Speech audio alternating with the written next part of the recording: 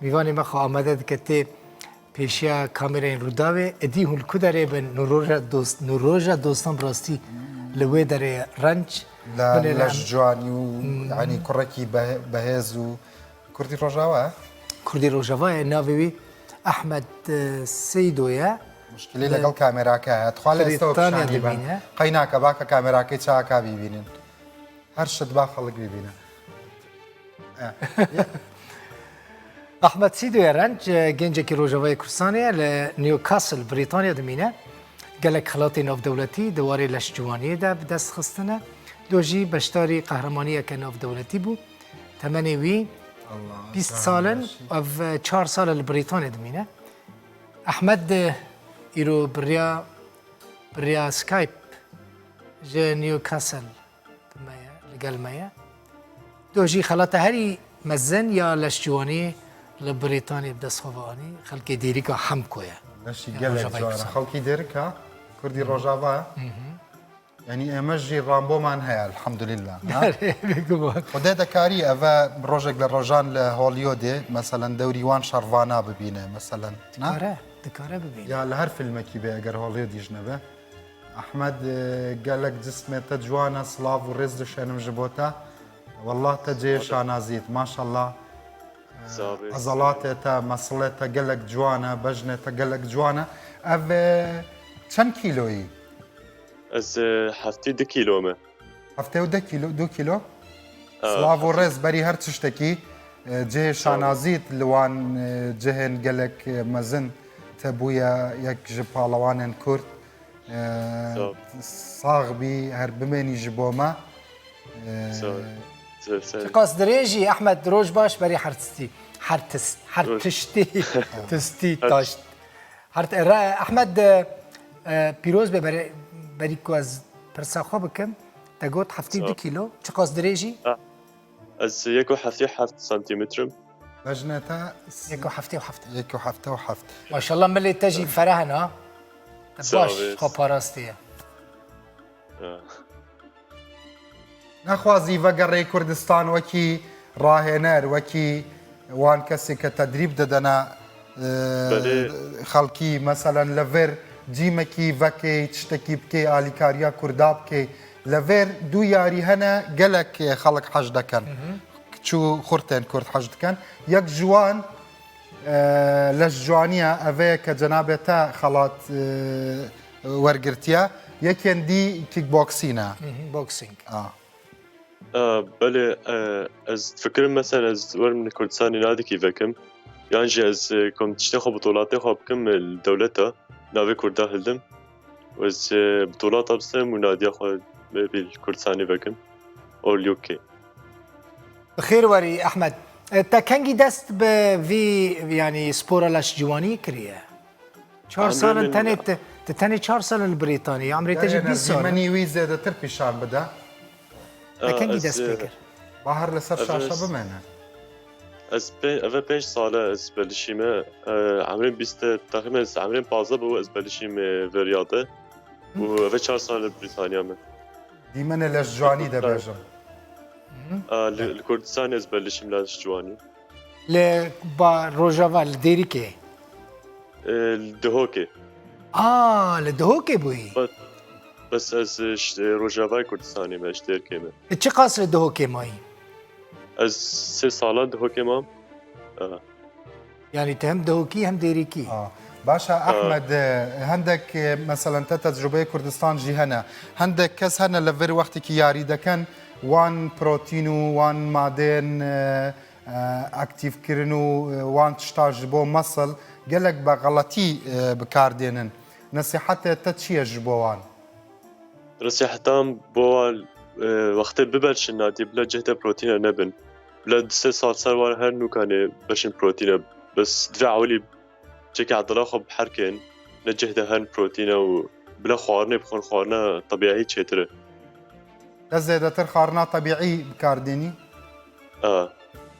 بله مثلا اگر وكي مثلا اگر لناف يارين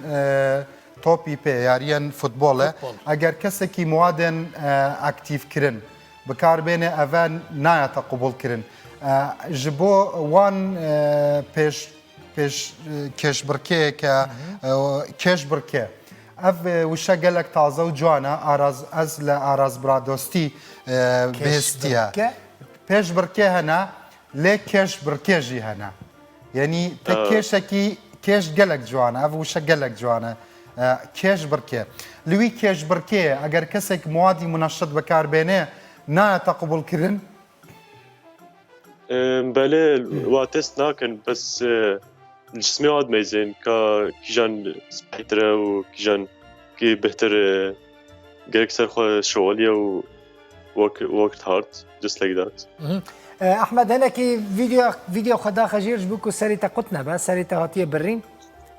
كيف اخوه ولی باشه لا قال لك باشا قال لك باشا چند کس بشداری و مسابقه بون و پیشبرکه بون 500 کس داری و مسابقات کرد 500 کس داری مد کرد داری و مسابقات کرد بس هفت ناو تاني تو كرد بوي استني كرد بوم نافاله خوشا نه يعني يك كم در كفد لاش جواني ده اره والله جاي خوشه و هيفيا في لحظه جاي سوده بوم جغيني تا كرد هنا احمد كو يعني بشتاري و پیشبركا لاش جواني بوبن نو تكس كرد نبوم نادي تلوادا ام استني بوم لكرد لكردستان تا سرسامي بكيجان ياريزان بكيجان للجوان لفر لويري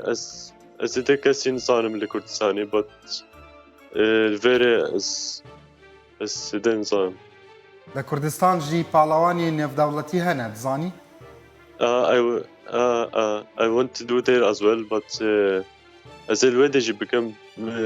maybe صالة وري او صالة بايرة اف خلاطة تقرتية شبو او يا بريطانيا بو هسه بريطانيا يلاشي جواني هسه بريطانيا بو عمو بريطانيا افا تش بيشكش دكاج بو جيانتا ديتا جوهرتن يعني يا بتني معنوية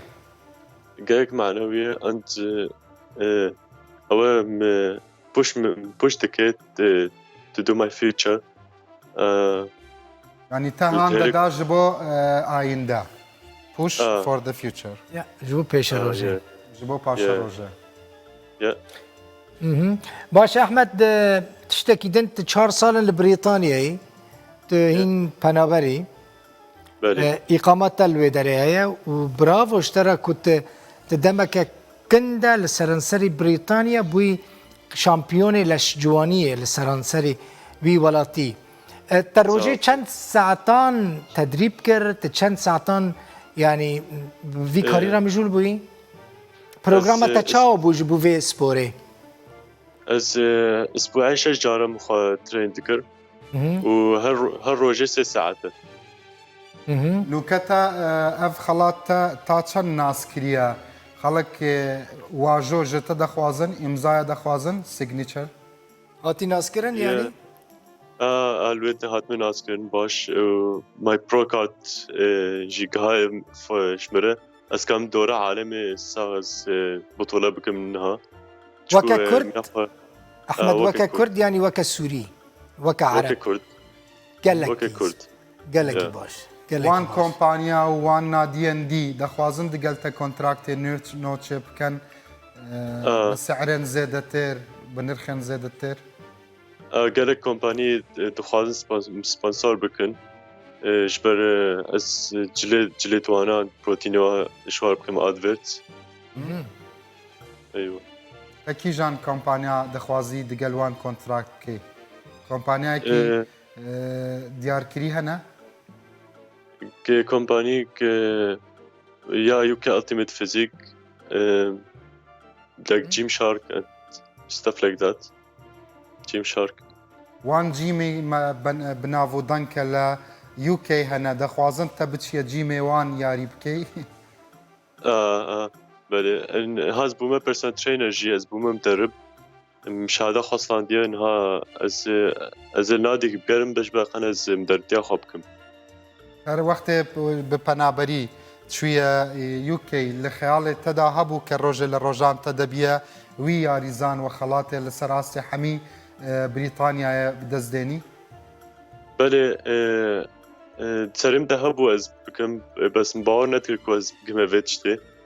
بس فام درخست و مكتشكم كربو سرو خواده زي بكم وديد احمد ديد دما بيشتا خلاص اف بو كارته بله کس نه هنه که تو وانجی بخوا پرورده بکی تدریب بکی خورتین کرد لبریتانیا هبن بله آلیکاری وان بکی بان را ببی آلیکار بله گلک کرد هنه لبریتانیا حوالیم هنه برایم هنه اها دبرایم هنه از واد هر جاد بما تدریبی از واد در بینم دمالا بس- ودا کسین احمد دمالا ودا کسین وقت لش جوان هيا يعني جبر كنت اقول لا. براي منها بلكي مسألة كويراسي به نا خالم چون لاش جوانی آها. they didn't go او نتشونه بطولة بس او خالم هبو maybe همو كسين دمالي دا وقت بلندن سدو حفتي وحفتة قلت بله برايم يمازن صدو حفتي وهشته ما شاء الله باشا احمد وقت تا او خلاط بدز اني اف خلاط قر جبو شاف وقت كي دنوي احساسه تتشوابو يعني وقت الدرازي احساسم جاي خوش بو از نظاني اتش بشتغلم جيز مبسوط بوم اهلي خو جاخو حمو براود درخستن افتخار ببن و حمو كرد مجبر خو جبر عائلة خو جبر كرداي شكر سري كردا هلدم و شعرك جاي خوشه جبو روش اوات دبيجي بيامتا مساجتا جبو وانشنا جبر رجاوا بلا give up نبن بلا بحاولين كو through so they go through the battle and they don't stop giving up and just keep going. تسليم That لبن goes on. يعني تسليم نبن مهم. وببن يك تا as well. احمد تشيكي دن دما كنت خلاط ستاند تا كسك دعوت كر يعني جبو بيروز باهية كسك دعوتي تدران كر حتى هانو بكي تشكو افا دهوبو فاذا هي از نظام هيك سك شمناركي هيت داكو بابا تلا كدرن دايكامن بله دايكامن نيوكاسل او شيء او جي باشتار بو باشتاري في فستيفالي بو او جي هات برايم كسوك- يجي بشدار بو كسوكاريتا تتزاني روشي روجاوانا باشا كسوكاريتا لكدرن مثلا خال بور مام رفيق زاروكيتا وان كسال روجاوا لكوباني سريكاني جريسبي عمودا لكدرن زيادتر خالد كامن وخالم اللي بديركي هنا و جاي خالم وخالد كام جي لألمانيا والسويد هنا وان كسيتا لروجاوانا اخبارت وان دزاني زام او ديركين او اخباري وباشن بس اللي ديركين سيفن باشا باش. اف خلاط مثلا كتب بدزاني جياوازيه بديه تدقل وان كسن دي تشبو حمي بهفرا جوانا يا جهكي تهنا زيادتر جوانا جهكي تهنا لازمه زيادتر تمرين دخوازه تشوابو مثلا اف جدائيه تتشبو او ديامن تشكو بادي فاتس من قالك بادي فاتس نب وجبه وجبر الشكل جبر الشيب وجبر زيادة مخدر بانجي بس تقدر نقوتن everything was good just like work more harder انت قال لك براستي باشا جي ديارة رنج ام ده فيديو ده دبينن احمد بدنات براستي جيا حمو كسين دن جوانترا صافي هر دمي وهاب بميني وان صافي. شاء الله روجك السرانسري دنيا يجي دبي شامبيونو وكا كرد بيقومان باشتار دبي يا كمين درد كبي باشا باشي صافي. اخير برسان من افا باشي بريت كانديدات بريطانيا بربجيرا بريطانيا جبو خلاطة جهاني لازمة تبي نا یا کەسێن دی دەبێ تا دەبی مبر ئەگەر نەمواتم بی پرسە ڕەنج گرینگە تدکاری بناوی بریتانیا بەشداری شامپیۆنی دنیای ببی دەکارێت جنسیەتی تدکاری جنسیەتت هەیە جنسیتەنە چۆر هەنا ما إقامة ما هي دەکاری وەکی کاندیدت بریتانیا UK